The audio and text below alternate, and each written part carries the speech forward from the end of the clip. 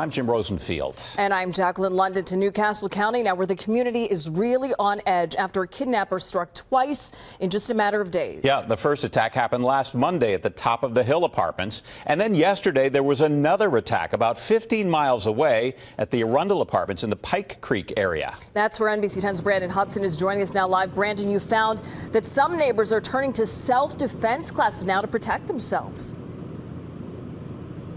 Oh, Jacqueline and Jim, the self-defense instructor we spoke to tonight, said not long after he heard about the second kidnapping, a group of women expressed interest in one of his classes. Police say the victim was in a common area in one of these apartments here when the armed kidnapper tracked her down and forced her into his SUV.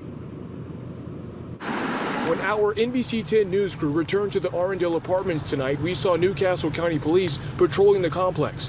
Just 24 hours ago, investigators say an armed, masked man kidnapped a woman at this location. The news upset Marla Corson, whose friend lives here. What went through your mind? That she shouldn't live here anymore. Police say the suspect held a woman who lives here at gunpoint, forced her into a dark-colored SUV, then physically and sexually assaulted her. Detectives believe it's the same guy who did that to a woman at the Top of the Hill apartment complex last week.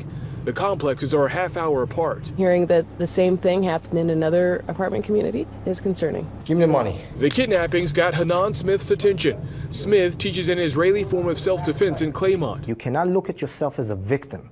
You cannot give them the ownership on you. Police say both victims were held at gunpoint behind the wheel as they were on the way to the ATM. Hanan Smith says one option is to take your hand, move it to the seatbelt, but quickly move it up and take the gun through the steering wheel. They must be very close. Smith showed us several other examples, including confrontations with armed suspects. Smith says what you can't change is how a dangerous encounter ends. When somebody's about to attack you, you can control the outcome. Coming back live now, a resident told us she would like to see more lighting just like this here in this apartment complex. Newcastle County Police released a vague description of the suspect, saying he's 5'8", drives a dark-colored SUV, and has a very thick accent. He also speaks out loud with his plans before following through on them. Reporting live in Pine Creek, I'm Brandon Hudson, NBC 10 News.